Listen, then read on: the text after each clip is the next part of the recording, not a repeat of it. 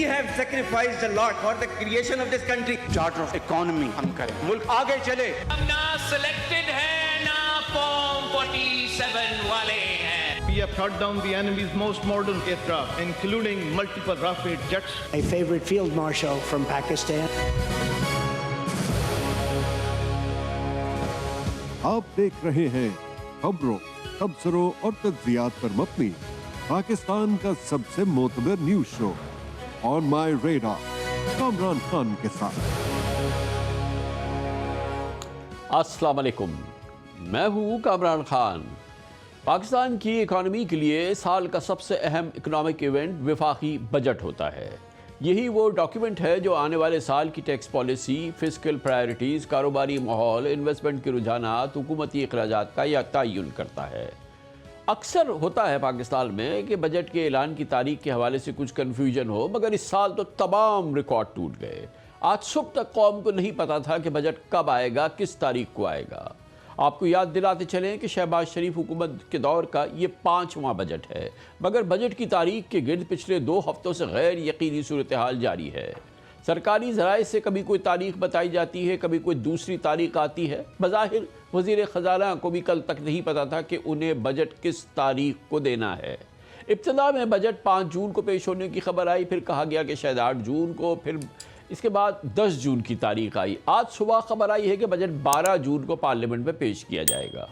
अल्लाह करे कि 12 जून को भी बजट ऐलान हो जाए और पेश हो जाए। इसी बैकग्राउंड में नेशनल इकनॉमिक काउंसिल का इजलास भी आज चौथी मरतबा आखिरी वक्त में मुलतवी कर दिया गया। याद रहे कि ये वही फोरम है जो तरक्याती बजट और कौमी माशी फ्रेमवर्क की मंजूरी देता है, इसलिए इसमें ताख़ीर का डायरेक्ट असर बजट साजी के पूरे अमल पर पड़ सकता है। इसके अलावा पाकिस्तान इकनॉमिक सर्वे 25-26 की रूनुमाई भी कई मरतबा मौखर की जा चुकी है। इकनॉमिक सर्वे दरअसल मईशत की सालाना रिपोर्ट कार्ड होता है, जिसमें हुकूमत गुजरने वाले माली साल के दौरान ग्रोथ, महंगाई, इन्वेस्टमेंट, फिस्कल परफॉर्मेंस वगैरह की तमाम चीज़ों की कारकर्दगी पेश करती है। बहरहाल ये डॉक्यूमेंट बजट से पहले जारी किया जाता है। इसमें भी ताख़ीर हुई है, जो इस बात की गवाही ही कि कई अहम माशी मामलात अभी तक हतमी शक्ल इख्तियार नहीं कर सके हैं।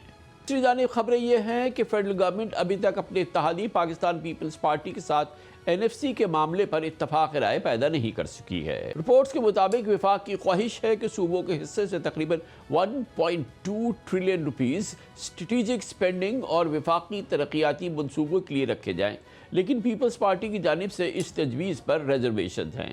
अब सवाल यह है कि अगर NFC का मामला बजट की तैयारी का बुनियादी हिस्सा था, तो ये इख्तलाफात आख तक के लिए क्यों रख लिए गए? क्यों इससे पहले इस पर बात नहीं कर ली गई? ये NFC कोई नया मसला तो नहीं, ये पाकिस्तान के फिस्कल फ्रेमवर्क की बुनियाद है और इसी के ज़रिए फेडरल टैक्स की आमदनी सूबों में तकसीम होती है। अगर प्रोविंसेस के साथ इख्तलाफात मौजूद थे, ख़ासतौर पर पाकिस्तान पीपल्स पार्टी की सिंध गवर्नमेंट के साथ, तो क्या इन पर कई माह पहले मुशावरत नहीं हो जानी चाहिए थी? क्या इतने अहम फिस्कल इशूज़ को बजट पेश होने से चंद रोज़ पहले तक लटकाए रखना कोई मौसर इकनॉमिक प्लानिंग है? लेकिन जाहिर है कि कहीं कन्फ्यूजन है और शदीद कन्फ्यूजन है। Federal planning minister Ahsan Iqbal ने भी एतराफ़ किया है कि बजट से मुताल्लिक कई अहम मामलात अभी तक हतमी शक्ल इख्तियार नहीं कर सके, जिसकी वजह से बजट स्केड्यूल पर नज़रसानी ज़ेर गौर आई। माशी नुक्ता नज़र से भी देखें तो मसला सिर्फ तारीख की तब्दीली का नहीं, असला मसला पॉलिसी अनसर्टेनिटी का है। जब बजट की तारीख बार बार तब्दील हो और बुनियादी मामलात आखिर वक्त तक लटके रहे, तो इससे पॉलिसी, इंस्टीट्यूशनल कोऑर्डिनेशन कैपेसिटी और हुकूमत की बजट की तैयारियों के बारे में बड़े संगीन सवालात जन्म लेते हैं। असल इम्तहान सिर्फ बजट पेश करने का नहीं, बल्कि हुकूमत के अहम तरीन मामलात पर गिरफ्त का है। मसला निज़ाम हुकूमत को एफिशिएंटली चलाने का है। गुज़िश्ता 1 हफ़्ते में बजट की तारीख पर बार बार की कलाबाजियों ने बेशक मौजूदा निज़ाम हुकूमत और उस पर वज़ीर आज़म की गिरफ्त के हवाले से कई मुश्किल सवालात को जन्म दिया है। इसे हम मौजू पर बात करेंगे और आज हमने इसके लिए दावत दी है। 2 बार पाकिस्तान के वज़ीर ख़ज़ाना रह चुके हैं, 2 कौमी बजट भी पेश कर चुके हैं। मुमताज़ माहिर मैशत डॉक्टर मिफ्ता इस्माइल हमारे साथ हैं और पाकिस्तान के नामवर सीनियर सहाफ़ी माशी उमूर जनाब शहबाज राना भी हमारे साथ है। पहले तो शहबाज राना साहब आप बताइएगा कि ये हुआ क्या है? कभी 5 की तारीख, कभी 10 की तारीख, कभी 12 की तारीख, और वो भी कि कोई सर्टेन तरीके से तारीख नहीं दे पा रहे। एक अजीब कन्फ्यूजन की सूरत हाल थी। क्या हुआ है ये? जी बहुत शुक्रिया कामरान खान साहब। आपने जिस तरह अपने इब्तदाइये में कहा कि कल तक तो गालिबन वज़ीर ख़जाना मोहम्मद औरंगज़ेब साहब को भी नहीं पता था कि बजट की तारीख़ क्या है, और उसकी वजह यही थी कि 2-3 चीज़ें ऊपर नीचे हुई हैं जिसकी वजह से कन्फ्यूजन जो है वो बहुत ज़्यादा क्रिएट हुई है। आपको पता है कि बजट मिशन मई में पाकिस्तान में था IMF का, उस वक्त तक हुकूमत ने इस किस्म का कोई इंदिया IMF को भी नहीं दिया, और इंटरनली भी एटलीस्ट इस लेवल पे डिस्कस नहीं किया जहाँ पे ब्यूरोक्रेसी जो है वो IMF से टेकअप कर सके कि सूबों से कोई 1700 अरब रुपया इजाफी लेने का कोई प्लान है। IMF के साथ भी ये चीज़ शेयर नहीं हुई, तो इसका मतलब है कि पीछे से कोई तैयारी नहीं थी। जब इंटरनली पोलिटिकल लेवल पे जो ये प्लान बना तो उसको फिर एग्जीक्यूट जब करने की बारी आई तो फिर इफ्स एंड बट्स आपको पता है कि बहुत ज़्यादा होते हैं। तीसरा एलिमेंट इसके अंदर ये आया कि जो गिलगित बल्तिस्तान के जो इलेक्शंस थे, इंतखाबात थे, उससे पहले, उसके नताइज से पहले गालिबन पाकिस्तान पीपल्स पार्टी जो है वो हुकूमत के साथ बैठकर इन मामला पे बात करना नहीं चाहती थी। तो एक बहुत ही एक एक्सट्रीम लेवल की अनसर्टेनिटी थी। जो लास्ट हफ्ता गुजरा उस दिन ये क्लियर नहीं था कि सागडार साहब जो है बिलावल भुट्टो से मुलाकात के लिए कराची जाएंगे या मुलाकात इस्लामाबाद में ही होगी। तो आपने देखा कि इवन कि जब तक रिजल्ट्स नहीं आए, इलेक्शन नहीं हुए, तो आपने ऑफिशियली एटलीस्ट जो है वो हाईएस्ट लेवल पे मीटिंग की कोई तस्वीर नहीं देखी इन दोनों पार्टीज़ के दरमियान। जो नीचे एक टेक्निकल लेवल था जिसमें सागडार साहब जो चेयर कर रहे थे और जिसमें नवीद कमर साहब और बाकी लोग थे, वो तो मुलाकातें पहले भी हो रही थी, लेकिन वो इतनी उसके अंदर जो फाइनल जो चीज़ें जो लॉक नंबर करने थे वो तो बिलावल भुट्टो जरदारी या प्रेसिडेंट आसिफ अली जरदारी साहब के लेवल पे होने थे। इसलिए कल फिर जो प्राइम मिनिस्टर है वहाँ पे गए, तो उसके बाद जब ये हाईएस्ट लेवल पे मुलाकात होगी तो उसके बाद चीज़ें जो है क्लियर होना शुरू। इन द मीन वाइल ये जो प्रपोजल था कि नेशनल इकनॉमिक काउंसिल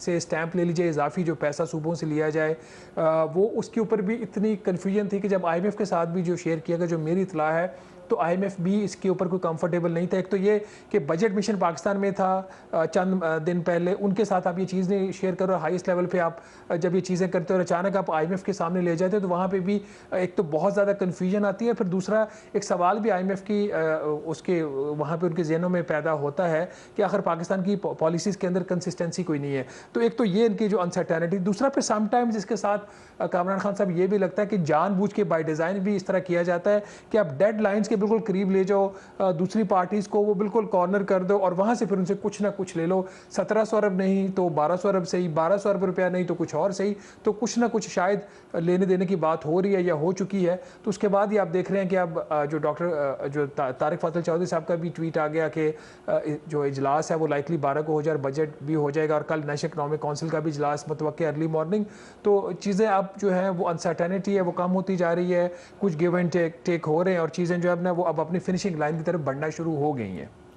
लेकिन मिफ्ता साहब ये बताइएगा, ये तो बड़ी एक अजीबो गरीब बात है। अभी भी देखें ना, ये 12 की तारीख की कोई सर्टेन नहीं है। इसमें भी ये जो डॉक्टर तारिक फजल चौधरी साहब के एक कम्युनिकेशन की बात हो रही है जिसमें वो लाइकली कह रहे हैं, ये तो एक इस किस्म का कन्फ्यूजन मैंने तो नहीं देखा कभी भी। आप ज़्यादा इल्म है, आप 2 बार बजट बना चुके हैं और 2 बार वज़ीर ख़जाना रहे।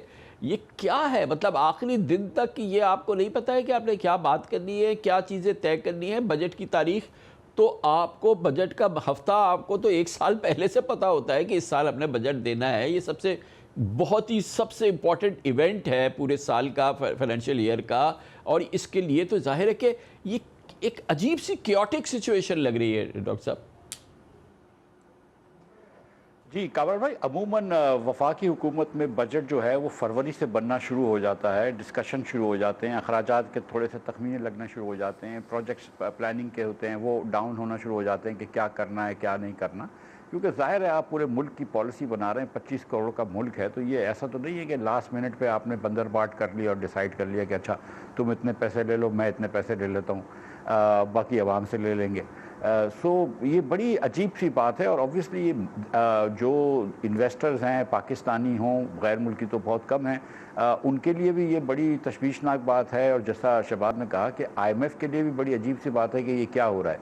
मैं इस पर एक साथ साथ ये बताता चलूँ कि 1200 अरब रुपए अगर सूबों से वफाक को चले जाते हैं, या 1700 अरब की पहले बात थी और शायद ये बात थी कि वो 3000 अरब रुपए अबव द लाइन डिफेंस के निकाल लेंगे तो उसका इम्पैक्ट सूबों पे 1700 रुपये पड़ेगा और समथिंग लाइक दैट। तो उससे हमारे वफाकी बजट का या कौमी बजट का फ़र्क नहीं पड़ेगा, सिर्फ वफाक के ऊपर बोझ कम हो जाएगा, लेकिन कौमी बजट उतना ही डेफिसिट उतना ही रहेगा, कौमी खसारा, क्योंकि सूबों के जो इस साल का सरप्लस था वही बेसिकली वफाक कह रही है कि हमको अगले साल आप दे दें। दूसरा फिर बेनज़ीर इनकम सपोर्ट प्रोग्राम के ऊपर बहस हो रही थी कि ये क्योंकि आइनी तौर पर सूबों की ज़िम्मेदारी है, इसलिए इसके अखराजात सूबे दे दें और इसके अखराजात सूबों को ट्रांसफ़र कर दिए जाएँ। तो इस पर भी बात हुई थी। अब मेरे ख्याल से यह फैसला हुआ है कि वो अब सूबों को नहीं दी जाएगी। उस पर कुछ नाम वगैरह की बहस थी कि कुछ सूबे ऐसा चाह रहे थे कि जब वो उनको सूबों को ज़िम्मेदारी मिलती है तो वो बेनज़ीर मोहतरमा बेनज़ीर भुट्टो साहिबा का नाम हटा के अपने पार्टी के लीडरान का नाम रख देंगे, तो उस पर भी थोड़ी सी बहस होती रही। लेकिन seriously it looks really bad for the country कि आप एक बजट दे सकते हैं और आपने कंसेंसस नहीं करा। दो ही पार्टियाँ हैं ना, दो साहब हैं, शहबाज साहब और जरदारी साहब, जिनको डिसाइड करना है, तो और एक सदर है और एक वज़ीर आज़म है, तो इतना मुश्किल नहीं होना चाहिए। एंड इट टेल्स यू कि there is trouble in paradise. जी definitely trouble in paradise. Shahbaz Rana साहब, ये तो अगर ये जो आपने कहा कि जी कि हमने NFC के तहत जो कुछ सूबों से जो है वो लेना है वफाक ने और कुछ उसमें एडजस्टमेंट्स करनी है, तो ये भी पुरानी बात थी ना। इसके लिए अच्छा अगर ये था कि इलेक्शंस हैं और इलेक्शन GB के जब तक नहीं हो जाते उस वक्त तक नहीं होता, तो उसकी भी डेट्स पता थी कि इस डेट को इलेक्शन होगा और इस डेट को ख़त्म होगा। इसमें क्या कबाहत थी कि आप कहते थे कि बजट जो है वो 18 जून को आएगा या 15 जून को आएगा, और ये जो डिस्कशन होनी है जो कि अब जो बजट की एक अनाउंस्ड या एक परसीव्ड डेट है उससे 2 दिन पहले हो रही है, इससे पहले क्यों नहीं हुई? ये किस किस्म का निज़ाम हुकूमत है जो काम कर रहा है? ये दोनों क्रिटिकल एलाइज है एक दूसरे, एक प्रेसिडेंट है, एक प्राइम मिनिस्टर है। मेरी तो समझ में नहीं आ रहा ये कुछ। कामरान साहब, आपने सही कहा, GB के जो इलेक्शंस थे उसकी तारीख का तो पता था, नताइज का नहीं पता था। तो जब नताइज का नहीं पता था और शायद कुछ पार्टीज़ की इसके ऊपर तहफ़्फ़ुज़ात थे कि नताइज में कुछ रद्द-बदल ना हो, और वो उन्होंने इस चीज़ का इंतज़ार किया कि अगर उनकी कोई पॉलिटिकल रिजर्वेशंस होंगी तो फिर वो आगे अपनी इत्तेहादी जमातों से कोऑपरेट कैसे करेंगे, तो उस चीज़ का इंतज़ार किया। और उसके बाद मुलाकातें और आपने देखा कि जो वो पहिया जो है सियासत का भी और बजट का भी वो थोड़ा सा डिंगना जो है वो शुरू हो गया। एक तो ये फैक्टर है। दूसरा एक जो ब्रॉडर क्वेश्चन है कि आखिर ये फैसले जो है इनमें ताख़ीर क्यों की जाती है, ये सबसे बड़ी बात है। जब 11वां नेशनल फाइनेंस कमीशन बन गया है, उसका इब्तदाई इजलास हो गया है, उसके 7 या 8 वर्किंग ग्रुप्स हो गए हैं, उन वर्किंग ग्रुप्स के 1-2 की मीटिंग हो गई है। जो खैबर पख्तूनख्वा फाटा वाला जो वर्किंग ग्रुप था उसकी मीटिंग हो गई है। फेडरल अच्छा, इसमें जो एक मज़े की बात ये है कामरान खान साहब, ये जो मामला था 1700 अरब रुपए का, ये तो चंद माह पहले फ्लैग हो गया था गालबन, मुझे याद पड़ता है। इसके ऊपर मैंने एक स्टोरी भी की थी। फेडरल डिविजिबल पूल का एक वर्किंग ग्रुप बना नेशनल फाइनेंस कमीशन का।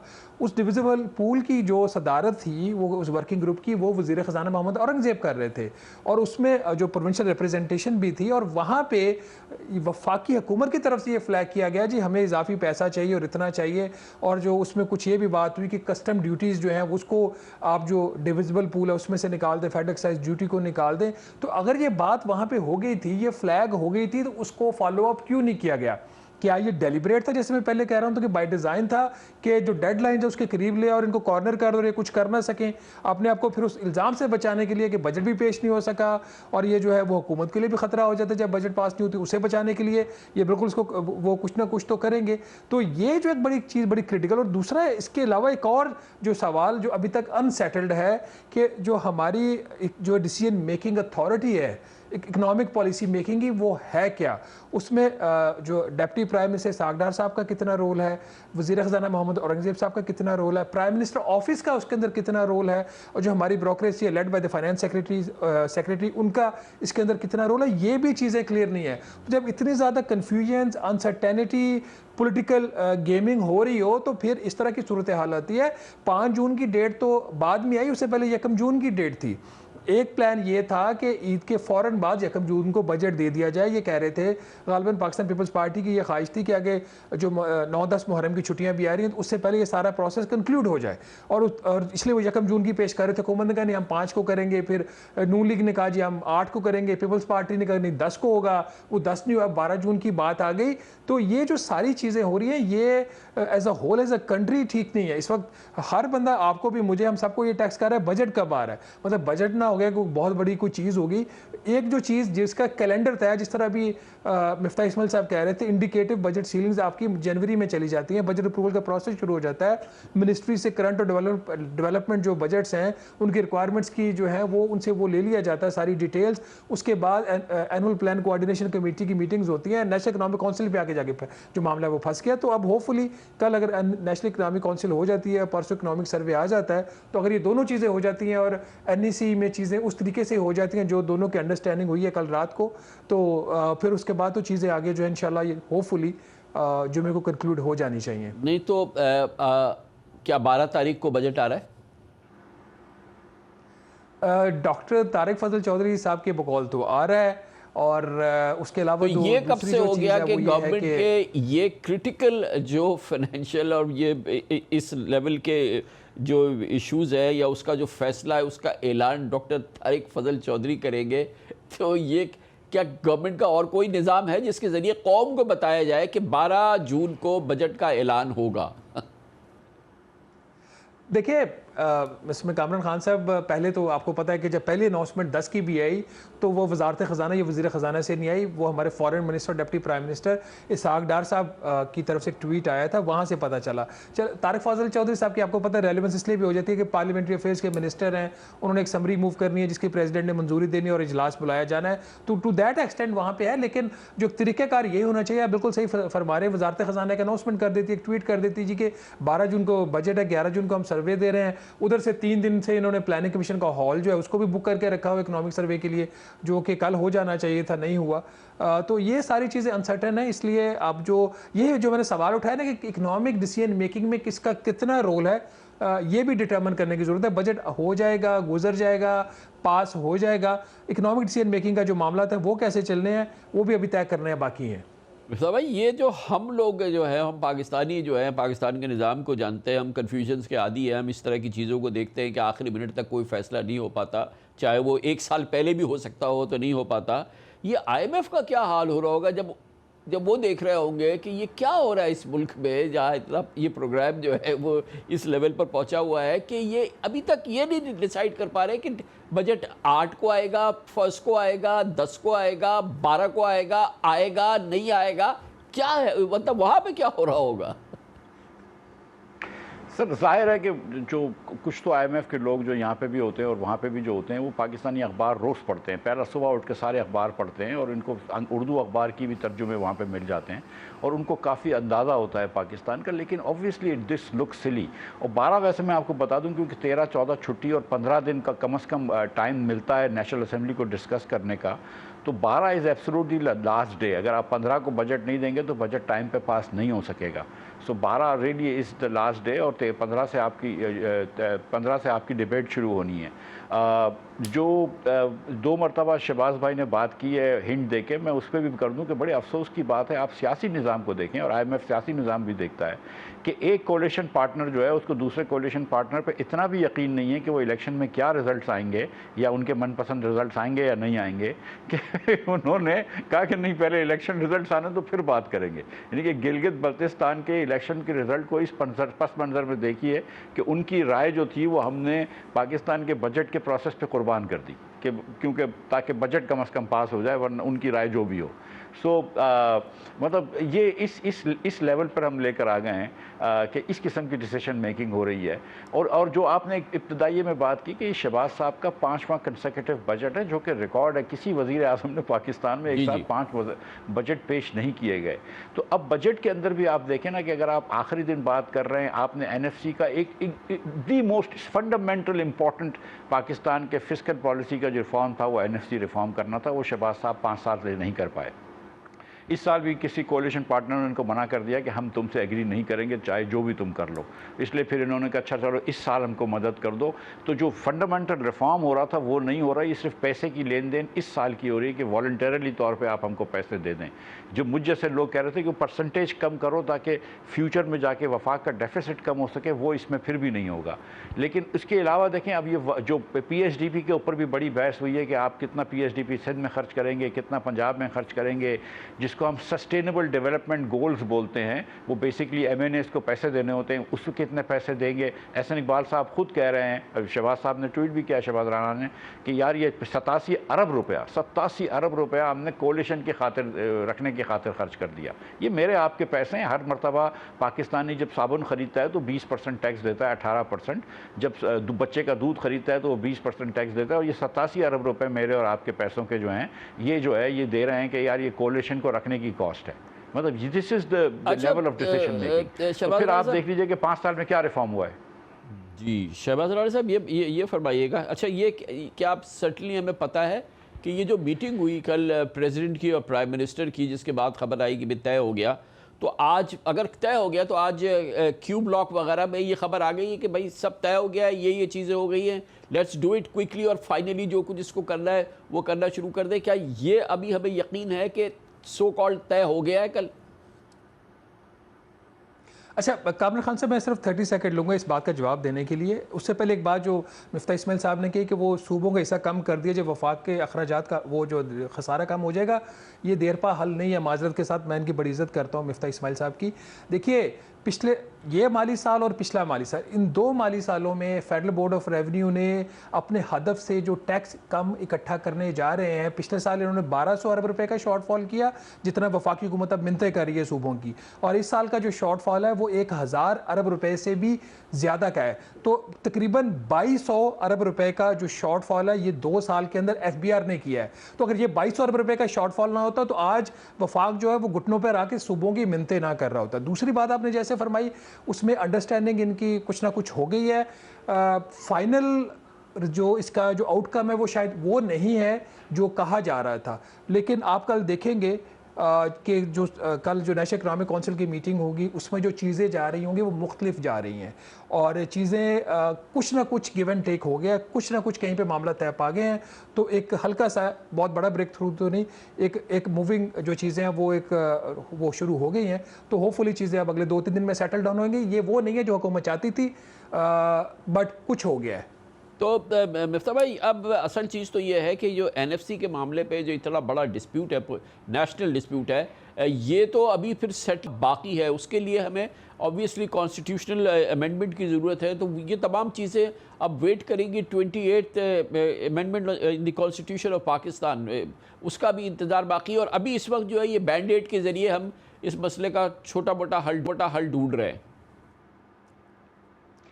जी, अगर ये 2200 अरब रुपए जो जमा भी हो जाते, शहबाज राना साहब जो चाह रहे थे कि मज़ीद जो है वो FBR हम लोगों के ऊपर टैक्स लगा देता, तो उसमें से भी 1320 अरब रुपए सूबों को चले जाते। वफाक को 800 अरब भी मिलते, और जिस उन सूबों के अंदर के जहाँ पे अब हम चीफ सेक्रेटरी के घरों पे की आरइश पे 22-22 करोड़ रुपए खर्च कर रहे हैं, जहाँ पे हम जहाज़ खरीद रहे हैं, उनको आपने 1320 अरब रुपए मेरे और आपके टैक्सों से लेकर और देने थे। तो ये ना ही अच्छा है मेरे ख्याल से। जो दूसरी बात है कि देखें, कल एक खबर आई थी कि NEC की मीटिंग भी आज सुबह होने की है। तो जो शहबाज कह रहे हैं वो एकदम ठीक कह रहे हैं कि कल काफ़ी चीज़ें चेंज हुई हैं, इसलिए आज NEC की मीटिंग भी नहीं हो सकी। नए डॉक्यूमेंट्स बनेंगे, शायद पिंक बुक्स भी नहीं बने, तो काफ़ी मेरे ख्याल से चीज़ें चेंज हुई हैं। तो NFC की मीटिंग इसलिए आज नहीं हुई, क्योंकि पहले खबर आई थी कि आज ही हो जाएगी और फिर अब कल सुबह होगी। तो अब नेक्स्ट स्टेप होगा क्या? जो प्रोसीजरल चीज़ें होती हैं वो क्या है, जिससे कि यकीनी हम आपने पहले फरमाया उसमें बड़ा वज़न है कि बहरहाल 12 तारीख को बजट आना है, उसके बाद फिर टेक्निकली आपके पास वक्त ही नहीं बचेगा उसको डिबेट करने के लिए। तो 12 तारीख को बजट आ जाएगा, तो अब वो अगले 2 दिन क्या होगा? सर 13 तारीख को टिपिकली जो है वो एक टेक्निकल ब्रीफिंग FBR भी देता है, और फिर उसके बाद प्रेस कॉन्फ्रेंस होती है फाइनेंस मिनिस्टर की। 15 से आपकी डिस्कशन शुरू हो जाएगी असेंबली के अंदर। मैं तो कल सुबह से बात कर रहा हूँ, मैं आज रात से। कल क्या होना है, परसों क्या होना है? कल NEC की मीटिंग होनी है, और ये सॉरी माजरत, NEC की मीटिंग होनी है, और आपका ये सारा अप्रूवल आना है प्लानिंग डिवीज़न के अखराजात का, सूबों के और वफाक का। उसके बाद दूसरे दिन आपकी survey of Pakistan economic economic survey release होगा और तीसरे दिन बजट ले होगा। उसके बाद अब क्योंकि नेशनल असम्बली की जो स्टैंडिंग कमेटी है वो देखती है, तो अब नवेद कमर साहब के पास बजट जाएगा और 15 दिन वो उसको देखेंगे और उसके बाद फिर वो बिल जो है वो पास करेंगे कमेटी से और फिर आता है। पहले एक ज़माने में ये 2 साल से हुआ, इससे पहले सेनेट की कायमा कमेटी देखती थी और अब नेशनल असम्बली की कमेटी देखती है, तो उनका भी बड़ा इन्फ्लुएंस है। और ड्यूरिंग दिस टाइम मेरे ख्याल से ये IMF से बात करेंगे और अगर IMF को भी फिर इसमें रद्दोबदल करना होगा तो ये 15 दिनों के अंदर अब रद्दोबदल होगा। मेरा ये बेट है कि जो पहला प्रेजेंट होगा बजट, उससे जो बजट पास होगा उसमें काफ़ी फ़र्क होगा। अमेरिका, इसराइल, ईरान जंग को पूरे 100 रोज़ हो चुके हैं, लेकिन अब एक बहुत अहम सवाल है जो पूरी शिद्दत से इस वक्त वॉशिंगटन में पूछा जा रहा है, दुनिया की दूसरे दारुल हुकूमतों में नहीं बल्कि वॉशिंगटन में, कि क्या सदर ट्रंप ईरान के खिलाफ जंग हार चुके हैं। वही ट्रंप जो ईरान को झुकाने आए थे आज ईरान की ताकत और खुददारी का एतराफ़ कर रहे हैं। वही ट्रंप जो चंद हफ्तों में फैसलकुल फतह के दावे कर रहे थे, बल्कि 4-5 रोज़ में फतह के दावे कर रहे थे, आज जंग ख़त्म करने का रास्ता तलाश कर रहे हैं। आज वो ईरान के साथ डील की बात कर रहे हैं, सुबह शाम मायदे की एक नवीद सुनाते हैं। दर्जनों मरतबा दावा कर चुके हैं कि डील बस अब होने ही वाली है। We're very close to having a very, very good, strong, powerful deal. We're very close to having a deal. It's going to be a good deal, probably maybe over the weekend. We have a lot of agreement with Iran, and I think something's going to happen very fast. It could happen pretty quick. We've had very good talks over the last 24 hours, and it's very possible that we'll make a deal. They want to sign it. I will tell you. They want to sign it a lot more than I do. They want to make a deal badly. Hopefully it can be worked out very soon. We've had very good discussions, very, very good discussions. I think there's a very good chance we're going to end up in a deal. We're close to a very good deal. I think that they are getting very close to making a deal. इतवार को परसों जब Iran और Israel के दरमियान कशीदगी बढ़ी तो Trump फौरी तौर पे मैदान में आए। सिर्फ 24 घंटों में नेतन्याहू से 2 मरतबा कॉन्टैक्ट किया। ट्रंप ने वाज़ेह कर दिया कि ईरान के साथ किसी माहिदे को इसराइल को कबूल करना पड़ेगा। आज वो ईरान के सुप्रीम लीडर से मुलाकात की बात भी करते हैं और आज अमरीकी कांग्रेस खुद उनके इख्तियारात महदूद करने की कोशिश कर रही है। सबसे अहम बात यह है कि जिस ईरान को कमज़ोर करने के लिए उन्होंने ये जंग शुरू की थी वो अब भी पूरी क़ुव्वत से खड़ा है। स्ट्रेट ऑफ हॉर्मुज़ पर ईरान का मुकम्मल असर और रसूख बरकरार है। अमेरिका को अब भी वो वाज़ेह फ़तेह नहीं मिली जिसका उसने वादा किया था और यही वजह है कि न्यूयॉर्क टाइम्स, CNN और तमाम मुमताज़ अमरीकी तज्ज़ियाकार एक मुश्किल सवाल उठा रहे हैं।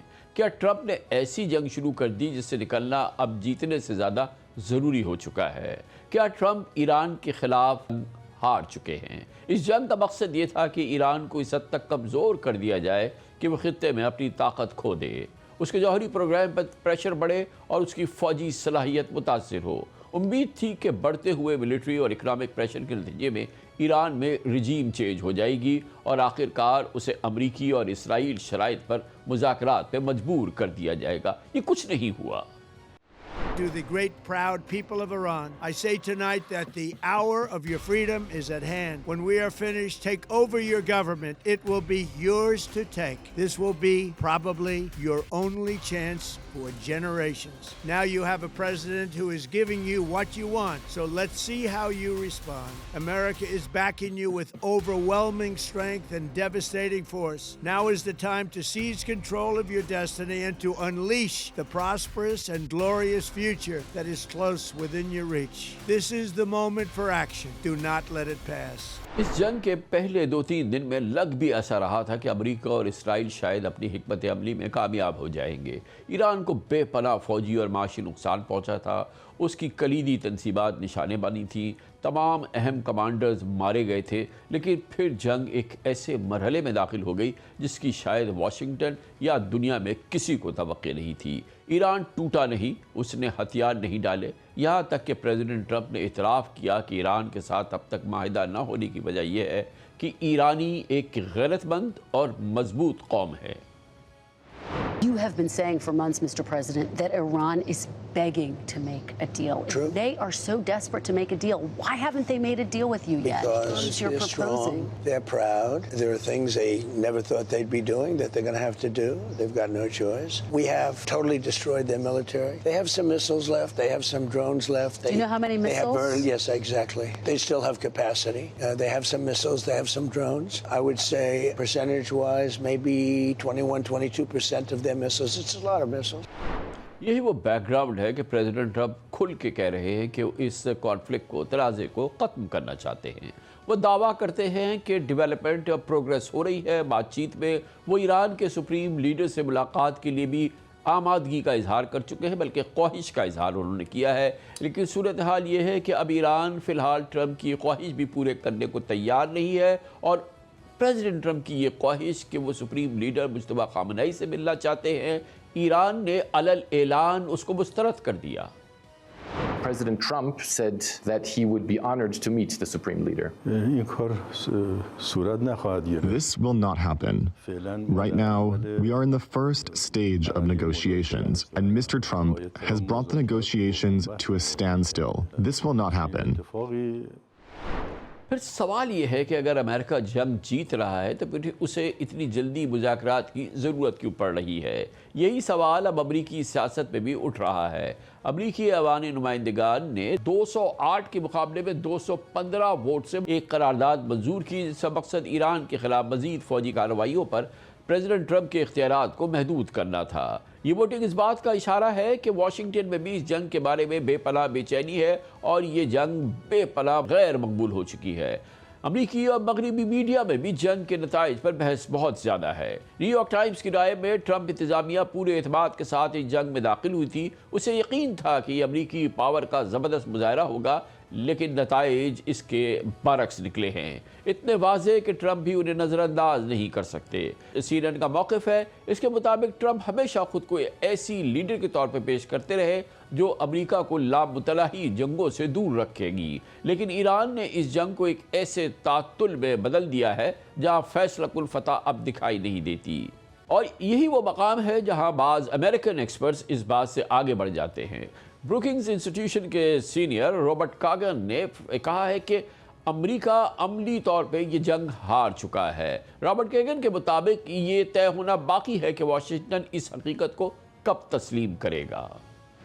I don't see any particular options. I think we have already lost this war. It's just a question of when do we acknowledge it. Trump, of course, doesn't want to acknowledge it at all, which is why we're sort of in this stasis, sort of paralysis right now. I don't see any options for the United States. This mistake, unfortunately, is going to be a lasting mistake with lasting strategic consequences. We've lost previous wars in Vietnam, obviously. Unfortunately, this one has much greater strategic ramifications than the loss in Vietnam did, actually. The power relationship in the region will shift dramatically. I mean, before the war began, Israel was by far the strongest power in the region. Iran was decimated. After the war, with Iran in control of the Strait, Iran is going to be calling the shots. That's the future. Israel's going to find itself tremendously isolated. I think this is going to turn out to be the biggest strategic setback in Israeli history. Middle East Eye के editor David Hearst ने इससे भी ज़्यादा सख्त मौक़िफ़ इख्तियार किया है। उनके मुताबिक अमेरिका पिछले 25 सालों में मिडल ईस्ट की एक और जंग हार चुका है। वो कहते हैं कि ईरान के पास अब भी कई ऐसे स्ट्रेटेजिक कार्ड्स मौजूद हैं जिन्हें उसने मुकम्मल तौर पे अभी इस्तेमाल भी नहीं किया है। It's brutally clear the US has just lost another war in the Middle East, its sixth in 25 years. Iran has all the cards, chiefly the Strait of Hormuz, but also the deterrence the drones and missiles have achieved over its Gulf neighbours. And there are other cards it has yet to play, like the closure of the Bab el-Mandeb Strait at the mouth of the Red Sea. Trump has no cards left. Trump's false intelligence was concocted by Mossad and swallowed whole by the US Commander-in-Chief against the best counsel of his own intelligence community. No one argued harder than Netanyahu that all it needed was one final push. And no one is a bigger loser now that the war is about to end. They're not just bad losers. The threat that Iran poses to the US and Israeli regional plans is substantial. मकबूल international affairs commentator Mehdi Hasan इस पूरे मामले में एक historic perspective भी add करते हैं। वो याद दिलाते हैं कि ईरान इराक जंग 8 साल तक जारी रही थी, ताहम शदीद नुकसानात और ग्लोबल आइसोलेशन के बावजूद ईरान ने फौरी तौर पर हथियार नहीं डाले थे। उनके मुताबिक अमेरिका ने एक मरतबा फिर ये फ़र्ज़ कर लिया कि दबाव बढ़ते ही ईरानी लीडरशिप झुक जाएगी, लेकिन तारीख कुछ और बताती है। When the US kicked off its disastrous and illegal war on Iran nearly 3 months ago, President Donald Trump repeatedly promised that the war would end very soon. As we've seen, soon is not coming soon enough. or at least as soon as expected. And even as the US claims a deal is underway, we're reminded that Trump's quick in and out Venezuela formula does not work on a country like Iran. How do we know this? Because just over 4 decades ago, the US got involved with a little something called the Iran-Iraq War. But even then, after 8 years, after countless civilian and military death, after unimaginable destruction of Iranian infrastructure, even then, Ayatollah Khomeini had to be dragged to the negotiating table. Taking this decision was more deadly than taking poison, he said at the time. To me, it would have been more bearable to accept death and martyrdom. Khomeini didn't want to do a ceasefire even after 8 years and being completely isolated. Why would the US have ever believed the new supreme leader, Mujtaba Khamenei, would be willing to do one in just a matter of days or weeks? When it's the US and Israel that are isolated. We should have known this. But here's the problem. Americans have short memories and never seem to learn. शायद यही वजह है कि बाज़ अमरीकी मुबसरीन जंग के आगाज़ में ये सवाल पूछ रहे थे कि ईरान कितने दिन टिकेगा, लेकिन आज सवाल बदल चुका है। आज सवाल ये है कि क्या अमरीका अपनी शराइत पे जंग ख़त्म कर सकेगा। प्रेसिडेंट ट्रंप मुसलसल ये इसरार करते रहे हैं कि I am calling the shots in the middle east. शायद इस पूरी कहानी का सबसे दिलचस्प पहलू यही है। ट्रंप चाहे ख़ुद को इस खेल का फ़ैसला साज समझते हों, मगर जिस अमन माहिदे की वो सबसे ज़्यादा ख्वाह हैं, उसका फ्यूचर अब भी ईरान के हाथ में नज़र आता है। आने वाले दिनों में यही बात है जो तय करेगी कि इस जंग की तारीख़ी कामयाबी के तौर पे क्या लिखा जाए, या एक ऐसे तनाज़े के तौर पे जिसका इख्तिताम वाशिंगटन के तवक्कुआत के मुताबिक नहीं हुआ, मौरख़ ये अंजाम लिखेगा। बहरहाल इन तमाम उमूर पर बात करते हैं और इसके लिए हमें ज्वाइन कर रहे हैं स्ट्रेटेजिक अफेयर्स, इंटरनेशनल अफेयर्स के मुमताज़ कमेंटेटर जनाब एजाज़ हैदर हमारे साथ मौजूद है। बहुत बहुत शुक्रिया एजाज़ हैदर साहब, आपने हमें ज्वाइन किया है। बड़ी दिलचस्प सूरत हाल है कि अक्रॉस द बोर्ड अगर आप देखें कि जो कमेंटेटर्स हैं यूएस के अंदर और इसके अलावा कांग्रेस में और जो ओपिनियन लीडर्स हैं और जो यूएस के अंदर इन्फ्लुएंशियल सर्कल्स हैं, उनमें ये डाउट ही नहीं है कि यूएस जो है वो इस जंग को हार चुका है। इस तरह का एक्नॉलेजमेंट ऑफ अ डिफीट ये इससे पहले हमने यूएस में शायद कभी ना देखा हो। शुक्रिया खान साहब। बस वैसे ही अज़राए तफन्नुन, देखिए अमेरिका में मादूदे चंद माहिरीन को छोड़ के अमरीकियों को हकीकत जो है वो बहुत देर से समझ आती है। आपने बहुत से अमरीकियों का जिक्र किया। ये जब जंग शुरू हुई थी तो बहुत से माहिरीन अमेरिका से बाहर, उन्होंने पहले ही ये सब बातें कर दी थी और कह दिया था कि ये किस तरफ जाएगी। देखिए मैं आपको बताऊं कि ये जो जैसे कहते हैं ना कि आप ये जो सरबरेदगी की या डीकैपिटेशन स्ट्राइक्स जो हैं या डेग्रेडेशन के आप जो है वो इंफ्रास्ट्रक्चर को हिट कर रहे हैं, उसके अलावा आप जो है मिलिट्री साइट्स को हिट कर रहे हैं, तो ये बीन काउंटिंग होती है कि अच्छा जी इतने हज़ार हमले हो गए, इतना ईरान का नुकसान हो गया। और बहुत से पढ़े लिखे लोग जो हैं जो जिनका ये जंग की तारीख के साथ कोई डायरेक्ट ताल्लुक नहीं है, उन्होंने भी कहा कि इस हिकमत अमली के पीछे यकीनन कोई चीज़ है और ये जो बाब है ये तो ट्रंप और नेतन्याहू जो है ये रकम कर रहे हैं। लेकिन ऐसा नहीं था। देखिए ईरान ने, और इसके बारे में बहुत से बयानात हैं, ईरान का जो स्ट्रेटेजिक लिटरेचर है उसको अगर किसी ने उसका मुशाहिदा किया हो, पढ़ा हो, साल पहले की मैं बात कर रहा हूँ, उन्होंने अमेरिका की जंगों से बहुत से सबक सीखे और जो पिछले साल जंग जून में हुई थी उससे भी सबक सीखा। अब वो क्या है, देखिए जंग जो है उसमें फतह और शिकस्त का क्या मानी रखते हैं। एक आपको मालूम है कि प्रशियन जो है ऑफिसर और जो थियरिस्ट है बहुत मशहूर कार्ल वॉन क्लाउज़ेविट्ज़ ने एक टर्म इस्तेमाल की थी, स्वेट ऑन सील। अब स्वेट क्या है? स्वेट ये है कि आप कोई चीज़ क्यों करना चाहते हैं, what is the purpose of what you want to do, और जो सील है वो ये है कि जो आप करना चाहते हैं उसको करने का बेहतरीन तरीका क्या है। सो जंग जो है वो बुनियादी तौर पे एक पॉलिटिको स्ट्रेटेजिक लेवल है उसका, उस वहां पे आपका आता है कि आप क्या करना चाहते हैं, आप क्या अहदाफ हासिल करना चाहते हैं, और फिर सील जो है वो उसमें आपकी ऑपरेशनल स्ट्रैटेजी आ जाती है और उसके नीचे आपकी टैक्टिकल वो आ जाती है। तो जब ये जंग शुरू हुई तो लोगों का ये ख्याल था कि ये तो इतनी सरबरेहती की जो है ना ये मामला हो गया, इतने कमांडर्स और सुप्रीम लीडर जो है वो शहीद हो गए, इतना जो है वो नुकसान हो गया, तो ये तो ईरान तो गया। लेकिन वो ये भूल गए कि ईरान ने जो सबक सीखा है उसके अंदर उसने ये किया है कि एक उसकी मोज़ेक डिफेंस स्ट्रेटजी, कि आप अपनी जो फोर्स एम्प्लॉयमेंट कर रहे हैं कि आप किस तरीके से अपनी फोर्स को इस्तेमाल करेंगे, उसको आपने डिस्पर्स कर दिया। आपने अथॉरिटी जो है वो फील्ड कमांडर्स को डेलीगेट कर दी है। उनको एक ब्रॉडर जो वो है कि क्या मकसद है, वो पॉलिटिकल स्ट्रेटेजिक ऑब्जेक्टिव क्या है, उसके नीचे उनको इस बात की आज़ादी दे दी गई कि आपने किस तरीके से ऑपरेट करना है। तो जो ईरान ने जंग लड़ी वो एक मुतवाज़ी जंग थी। उस चूंकि देखिए इसकी जो हम बार बार बात होती है एसिमेट्रिक वॉरफेयर, वो एसिमेट्री क्या है? एक आपका जो हरीफ है वो बहुत ताकतवर है, आप जो हैं वो उसका जो है हेड ऑन मुकाबला नहीं कर सकते। वो मशहूर जो है वो जो बिब्लिकल वो है डेविड एंड गलायत की, कि डेविड ने गलायत के साथ अगर तलवारबाजी की होती तो मामला कुछ और हो जाता। डेविड ने स्लिंग शॉट के जरिए जो है उसकी एक आंख जो थी वो निकाल दी।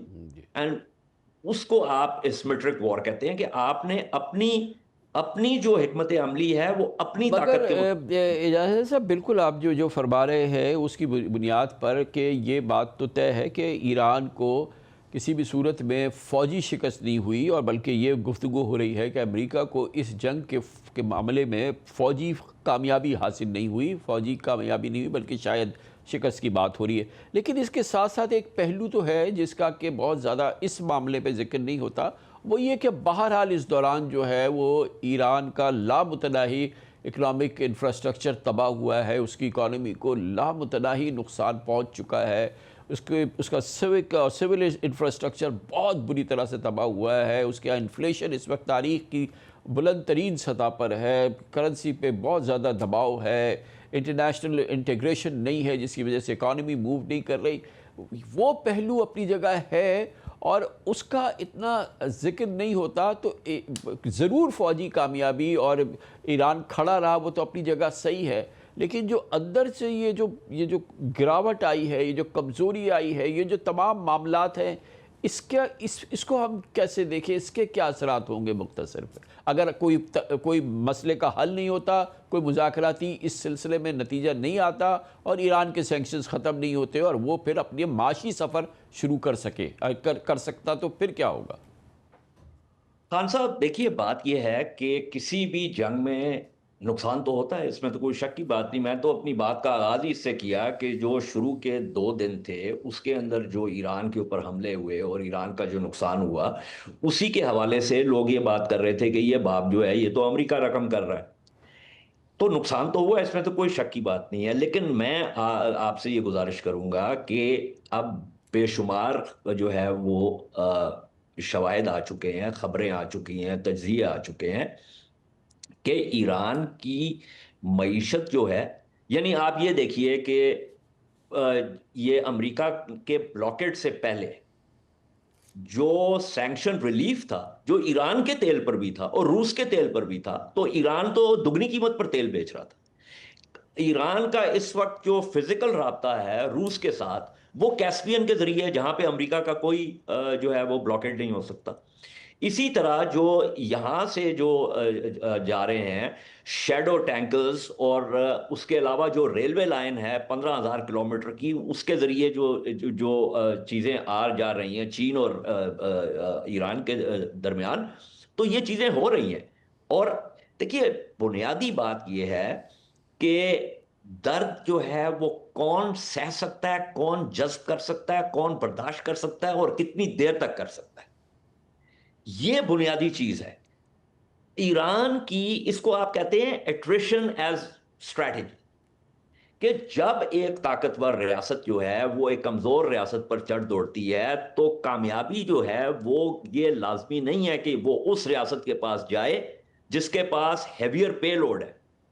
वो उसके पास जाएगी जो उस दर्द को सह सकता है और सस्टेन कर सकता है। वियतनाम की मिसाल ले लें आप, अफगानिस्तान की मिसाल ले लें, इराक की मिसाल ले लें, अफगानिस्तान में सोवियत यूनियन की मिसाल ले लें। हालांकि वो लड़ाई का तरीकाकार फ़र्क था। ये एक और तरह की लड़ाई थी, बट बुनियादी जो बात है कि आपने डिसेंट्रलाइज किया, मोज़ेक डिफेंस आपने लिया, आपने लोकल यूनिट्स को अलाउ किया कि वो लड़ते रहेंगे ऑटोनमसली। उसके अलावा आपने एक और बहुत अहम जो है वो हिकमत अमली अपनाई, जिसे आप कहते हैं ट्रायंगुलर कोअर्शन। वो ट्रायंगुलर कोअर्शन क्या है? वो ट्रायंगुलर कोअर्शन ये है कि, या दबाव जो है वो तिकोनी दबाव जो है वो ये है कि आपने जो अमेरिका और सहूनी रियासत के हलीफ हैं और उनके जो डिपेंडेंट्स हैं खित्ते में ममालिक, उनको आपने स्ट्राइक किया, उनके एनर्जी इंफ्रास्ट्रक्चर को स्ट्राइक किया, और आपने बुनियादी तौर पर जंग की जो कीमत थी उसको खलीजी रियासतों के लिए भी बढ़ाया। और चूंकि ये सारा मामला जो है वो यूरोप और फार ईस्ट और साउथ ईस्ट एशिया की मार्केट्स में जाता है और हमारी मार्केट्स में आता है, तो इसके सिस्टेमिक इफेक्ट्स थे। और इसमें आप मिसाल के तौर पे आपकी मैरिटाइम इंश्योरेंस प्रीमियम जो थे वो एकदम स्काई रॉकेट कर गए। आपकी जो ग्लोबल एनर्जी वॉलेटिलिटी थी उसमें इतना ज़्यादा इजाफा हो गया। ये ऐसे है जैसे आपकी जो हाथ की हथेली है उसके अंदर एक मीडियन नर्व होती है। वो मीडियन नर्व को अगर आप दबाना शुरू कर दें तो वो दर्द जो है वो पूरे जिस्म में जो है वो ट्रैवल करता है। तो ये जो दर्द था ना, ये it's been transported back to western markets and US markets.